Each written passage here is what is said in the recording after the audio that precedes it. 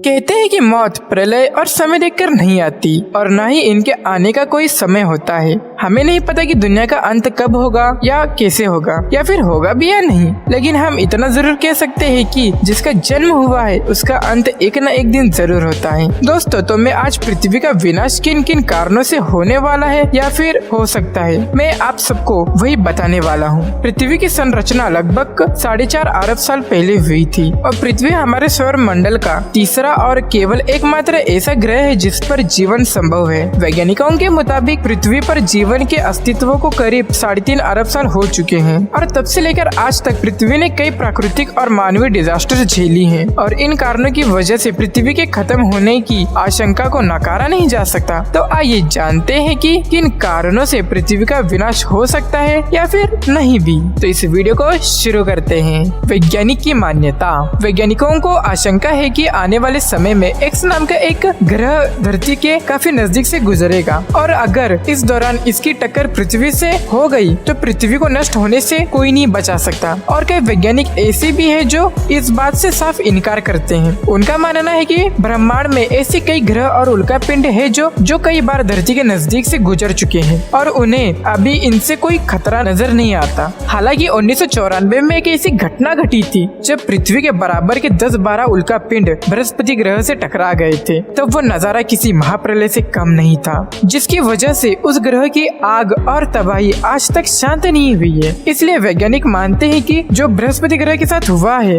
वो अगर भविष्य में कभी पृथ्वी के साथ हुआ तो पृथ्वी को बर्बाद होने से कोई नहीं बचा सकता। महाभारत में भी कलयुग के अंत में प्रलय होने का जिक्र है। ये प्रलय धरती पर लगातार बढ़ रही गर्मी से होगा। महाभारत में लिखा है कि कलयुग में सूर्य का तापमान इतना बढ़ जाएगा कि समुद्र और नदियाँ सूख जाएगी, बारिश पूरी तरह से होना बंद हो जाएगा और सूर्य की ये प्रचंड अग्नि धरती को पाताल तक भस्म कर देगी। सब कुछ जलकर खाक हो जाएगा। इसके बाद फिर 12 साल तक लगातार बारिश होगी, जिसके फल स्वरूप सारी धरती पर सिर्फ पानी ही पानी नजर आएगा और धीरे धीरे से इस धरती पर फिर से जीवन की शुरुआत होगी। ज्वालामुखी का फटना। दोस्तों, ये ज्वालामुखी का फटना भी पृथ्वी के विनाश का एक कारण बन सकता है। 1816 में इंडोनेशिया में स्थित माउंट अंबोरा नामक ज्वालामुखी ने भारी तबाही मचाई थी, जिसकी वजह से 1.5 लाख लोगों ने अपने जान से हाथ धो लिया था। दोस्तों, ये तबाही केवल एक सामान्य ज्वालामुखी यानी कि वोल्केनो की वजह से हुई थी। सोचिए, अगर एक सामान्य ज्वालामुखी की जगह एक सुपर वोल्केनो फट जाए तो पृथ्वी पर तबाही का आलम क्या होगा। सुपर वोल्केनो के फटने के दौरान ज्वालामुखी से जो लावा निकलेगा वो ब्रिटेन के आकार से लगभग 8 गुना बड़ा होगा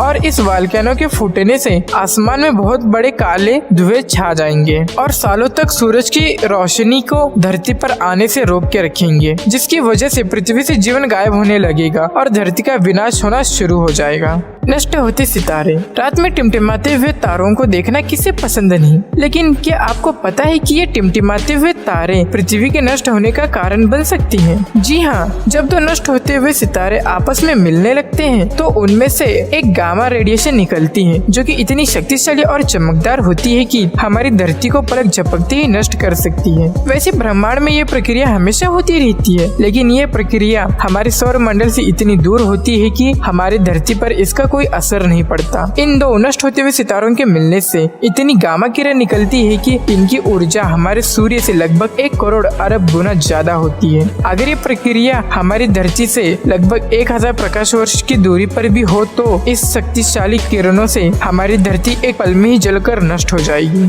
तो दोस्तों, वीडियो अगर पसंद आई हो तो लाइक, कमेंट, शेयर जरूर कर देना और मेरे चैनल को सब्सक्राइब करके उस बेल आइकन को दबाना मत भूलना ताकि आप तक मेरे वीडियोस पहुंचती रहें। धन्यवाद।